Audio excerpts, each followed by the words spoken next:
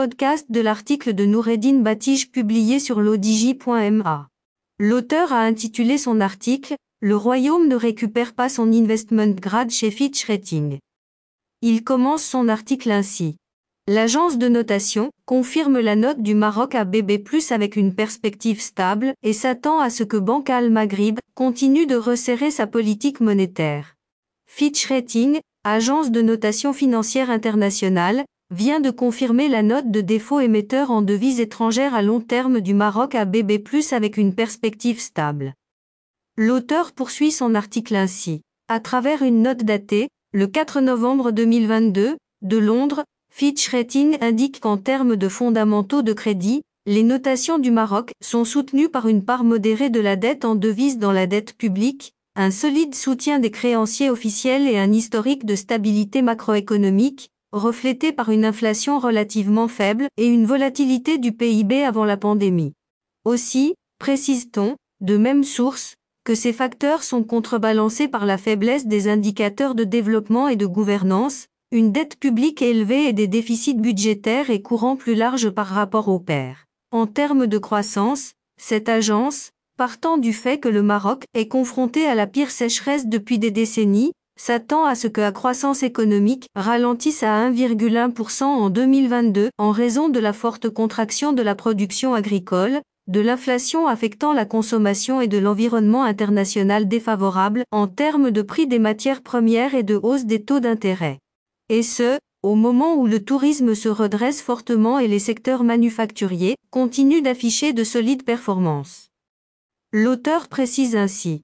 Pour 2023, Fitch estime que les perspectives de croissance resteront difficiles pour le Maroc en raison de notre anticipation d'une récession dans la zone euro, moins 0,1%, affaiblissant les perspectives d'exportation. Nous prévoyons une croissance de 2,8% en 2023 avec la reprise de l'agriculture, avant de passer à 3,2% en 2024, reflétant la détente des prix de l'alimentation et de l'énergie et le rebond des secteurs industriels et du tourisme. Pour cette agence, les perspectives de croissance dépendent de la normalisation de l'agriculture et du niveau des précipitations, et les risques à la baisse découlent d'une guerre prolongée en Ukraine, du maintien des prix élevés de l'énergie et des perturbations de l'approvisionnement, de l'érosion du pouvoir d'achat des ménages et d'un ralentissement économique prolongé chez les partenaires commerciaux du Maroc. L'auteur ajoute ainsi.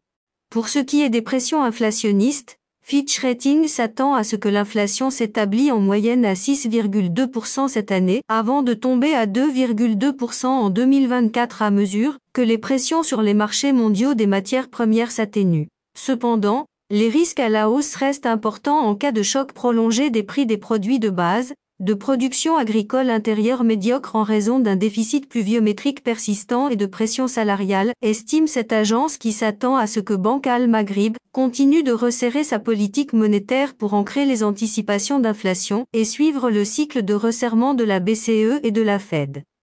L'auteur conclut son article ainsi. Notez bien, les notations de crédit de Fitch Ratings sont des opinions prospectives sur la capacité relative d'une entité ou son obligation à respecter ses engagements financiers. Autrement dit, les notations de crédit sont des indications de la probabilité de remboursement conformément aux conditions de l'émission. Rédigé par Noureddine Batij et lu par l'intelligence artificielle de l'ODJ Media. N'oubliez pas de télécharger notre application l'ODJ mobile sur Android et iOS et de vous abonner à notre chaîne YouTube l'ODJ TV si vous souhaitez être au courant des dernières actualités, podcasts et émissions télévisées.